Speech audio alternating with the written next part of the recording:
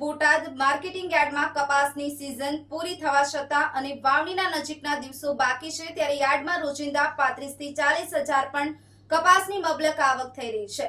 ખેડૂતોને કપાસના સારા ભાવ મળી રહ્યા છે, જેના કારણે આસપાસના ખેડૂતો બોટાદ કોટન યાર્ડ ખાતે કપાસ લાવી રહ્યા છે। બોટાદ કોટન માર્કેટિંગ યાર્ડે સમગ્ર સૌરાષ્ટ્રમાં સૌથી વધુ કપાસની આવક ઊભી કરતું યાર્ડ ગણવામાં આવે છે। આ બોટાદ માર્કેટિંગ કોટન યાર્ડમાં હાલ જ્યારે વાવણીના દિવસો નજીક છે અને કપાસની સીઝન પણ પૂરી થઈ છે, તેમ છતાં યાર્ડમાં રોજ 35 થી 40 હજાર મણ કપાસની આવક થઈ રહી છે। પહેલા કપાસના 1200 રૂપિયાથી 1400 રૂપિયાનો ભાવ હતો, જ્યારે હાલમાં માર્કેટિંગ યાર્ડમાં 1500 થી 1600 રૂપિયા ઉપર ભાવ મળે છે।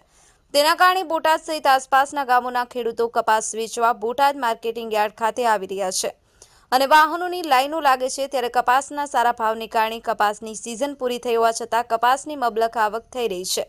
બોટાદ માર્કેટિંગ યાર્ડમાં ખેડૂતોને કપાસના 1600 રૂપિયા કરતાં વધારે ભાવ મળવાના કારણે ખેડૂતોનો સારો પ્રતિસાદ જોવા મળી રહ્યો છે। પ્રદીપભાઈ લાઠીદર કે આપણે બોટાદ યાર્ડમાં કપાસમાં વ્યાપારીનું સંગઠન ને બધું બહુ સારું છે ને, એટલે વ્યાપારીમાં ખેડૂત કપાસ ભરીને આવે છે અને ભાવ સારા મળે છે। પેલા 1400 આજુબાજુ હતા, અત્યારે 1500 થી 1600 પોસાય।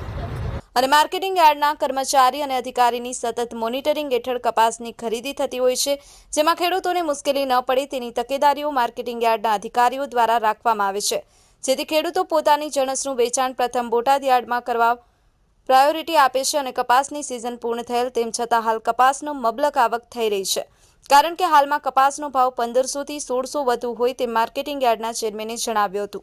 ન્યૂઝ 9 ગુજરાતી બોટાદ। મનોહરભાઈ દામજીભાઈ માતરિયા, બોટાદ એપીએમસી ચેરમેનની જવાબદારી।